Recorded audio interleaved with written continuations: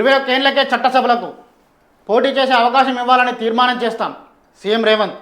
ఇందుకోసం ఆగస్టు మొదటి వారంలో అసెంబ్లీ మండలి సమావేశాలు. కేంద్రం ఆమోదించేలా రాహుల్ ఖర్గేలతో ఒత్తిడి పెంచుతాం. ప్రధాని మెడలు వంచి ప్రధానితో రాజీనామా చేయించిన ఘనత జంజీదే. ఈ విజయం ముమ్మాటికి మీదే. ఈ సునామీని ఇంతటితో ఆపొద్దు.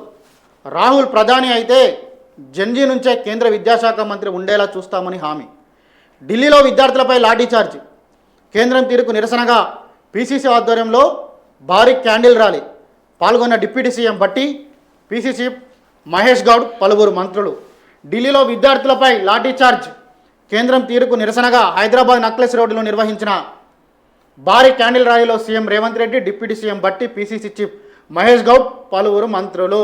21 ఏళ్లకే చట్టసభలకు పోటీ చేసే అవకాశం ఇవ్వాలని తీర్మానం చేస్తాం సీఎం రేవంత్ అంటున్నారు. కేంద్రం ఆమోదించేలా రాహుల్ ఖర్గేలతో ఒత్తిడి పెంచినామంటున్నారు. మీరు ఇలాగే తెలంగాణలో కూడా విద్యార్థులకు, నిరుద్యోగులకు ఎలాంటి అయితే హామీలు ఇచ్చిందో ముఖ్యమంత్రి రేవంత్ అన్న, ఆ హామీల దిశగా మీరు ప్రయత్నం చేయండి. లేకుంటే మరో జంజీ ఉద్యమం అనేది విద్యార్థి లోకం తెలంగాణలో కూడా గర్జిస్తుందని గుర్తుపెట్టుకోవాలి.